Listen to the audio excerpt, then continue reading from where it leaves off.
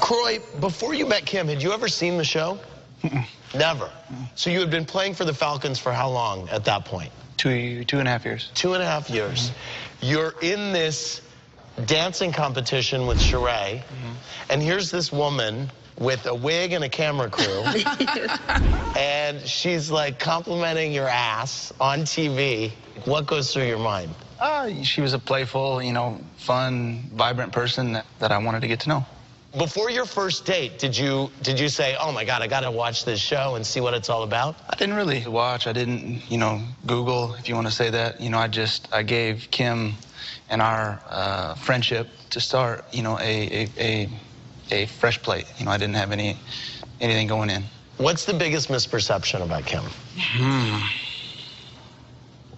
That I drink all day, smoke all day. Yeah. I mean, definitely. Just a lot of it. I think everything is just blown out of proportion, and it's not. Well, our perception of her from watching her for all these years, you're someone who people, and I want you to take this the right way, go as for Halloween. They put on a blonde wig, they got a cigarette and a big... Well, that's kind of the image that kind of came across. I have other parts of my life. I don't drink 24 hours a day. I don't smoke cigarettes 24 hours a day. Like, that's just a part of my life. It just gets kind of, you don't show the great parts of their marriage. You don't get to see the other great parts of, like, I get to see... Well, you see some great parts of yours, and some great... Maybe, right. Nini's right. Maybe I was born because I wasn't that drinking, smoking, blah, blah, blah, blah. Right. Because you just can't.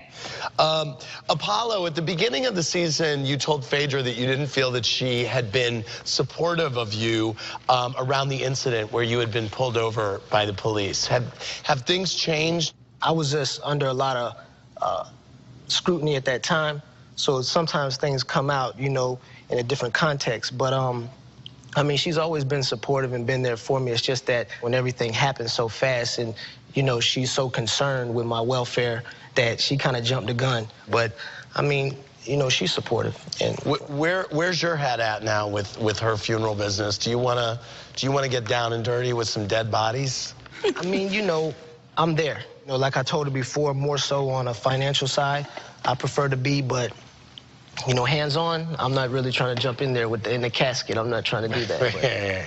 Okay, I want to go back to Kim's baby shower.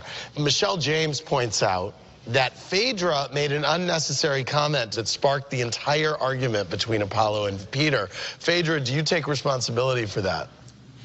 First of all, I don't think it was unnecessary. That was the first time I had seen Peter since the whole Uptown article, and I did feel some sort of way about it. And so when he spoke to me, I mentioned it. And I thought that was fair. I hadn't seen him since then. That article had came out months ago, and we have each other's phone numbers. It came out like 5 months before. Phone calls, we would have met up with you guys. And it wasn't, can I say something? It wasn't an article about the girls. It was an article about my restaurant. And at the end of the interview, they asked me, what do I think about the girls? And I said, Nene is crazy as hell.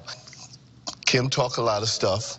You, I don't even remember exactly what I said about you. And I know that I said about RHOA. I said, RHOA thinks she's cute, but she's not that cute. So 5 months later, when I see these girls, I forgot about that interview 5 months ago. Right, but they didn't. Yeah, but they didn't. So, as soon as I sat down, boom, Phaedra came at me. Then RHOA came. RHOA, what was your reaction to that article? It didn't mean anything to me.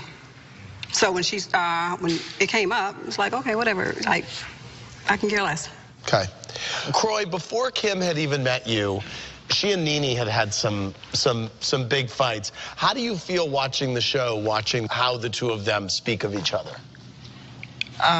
I'm always going to support Kim and will always back her 1,000%, and it's unfortunate that, friendships fall out, but people come and go from your life as you grow and change.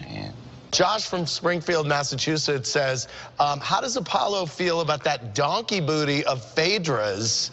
And Phaedra, will you be coming out with a clothing line for donkey booties? I like the donkey booty. I get in the thing when, every time I see it, try to. All right. Phaedra, what do you think about I think the clothing line obviously has been sort of overdone. Yes. I'm more interested in a donkey booty workout tape so that everybody can have a nice donkey booty. Interesting. All right. Croy, the women talk about their asses all the time, but Kim talks about yours constantly. Do you have any hesitation about the objectification of your donkey booty? I mean, it is what it is. I've spent years, I guess, maybe firming it and working it. You know, I started working out when I was very young to be a professional athlete, so that might have something to do with it, as well as some genes, I guess. I don't know. Maybe you should get in on Phaedra's exercise tape for badonks. Could be a good business venture. Too hard. You're 26, right? Mm-hmm. You are a father to Kim's 15-year-old daughter and 10-year-old.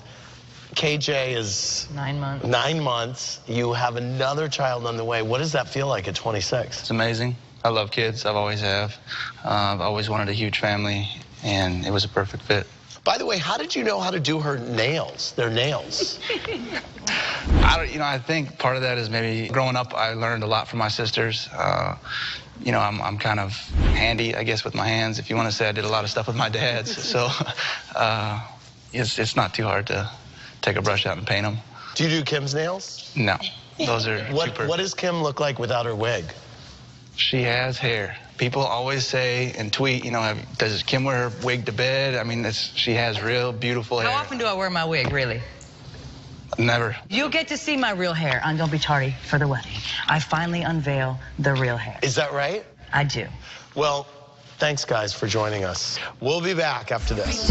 But first, let's see a sneak peek of Don't Be Tardy for the Wedding. I'm getting married. I want to leave some side boob. Okay.